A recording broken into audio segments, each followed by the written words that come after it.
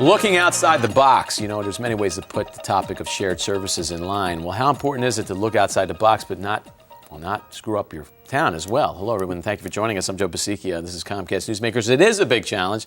The Honorable Mike Halfacre is with us, the Borough of Fairhaven. We're going to talk about making sure we do shared services, but also looking at the bottom line, making sure it is good for the town. Good to see you. Thank you. Good to be here, Joe. So important because you want to enhance the quality of life and you want to make sure that everybody that is paid so much in property taxes is getting what they're looking for. That's is that right. a tough challenge?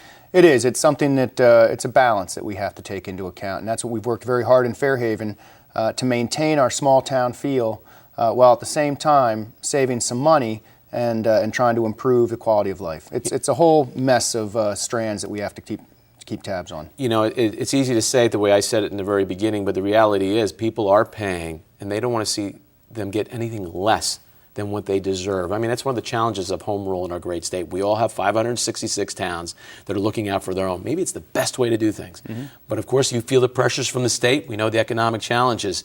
How do you make sure, though, that each step that you look at, it isn't going to mean you're going to get any diminishment of the quality of life in your town?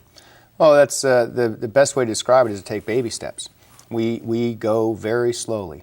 My goal would be in any shared services, and we already do shared services with our construction department, our tax collection, health department, animal control, all services we already share and we've always shared. But it's seamless to the public. The public doesn't necessarily know that those services are being shared among the towns. So my goal is always to make it seamless to the public, that they don't realize the savings. They don't notice a decrease in service. They don't notice, a lack of service, and they do notice, hopefully, a decrease in their tax bills. How do you make sure you do all this with a good morale of the workforce that is there as public servants as well? Well, one thing we've said, right now we're in the middle of studying sharing police services between three towns, Fairhaven, Rumson, and Little Silver. Very similar demographic towns, very obviously adjacent geographically on a peninsula, so isolated. And that's the one thing that we've talked about is we won't lay people off. You know, a lot of our police officers live in these towns, and we've promised not to do that. We've promised not to lay anyone off. We can reduce a workforce through attrition. If we go forward, we can reduce the workforce through attrition, and we can maintain quality of service. Of course, this is a topic we do up and down the entire state, and we see the pressure also being brought down from the state because of the tough economic time.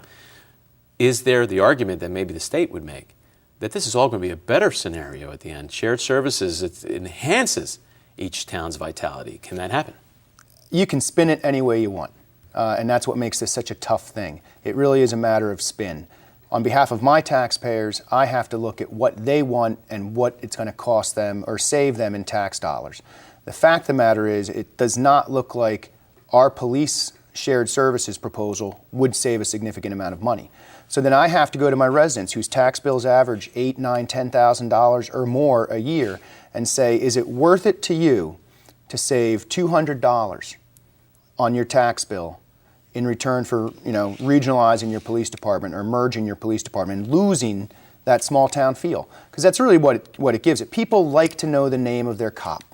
You know, when a police officer drives down the street, they like to recognize them, they like to wave to them, and they might give that up when you go in Fairhaven, for example, from a 13-man department to a potential 45-man department.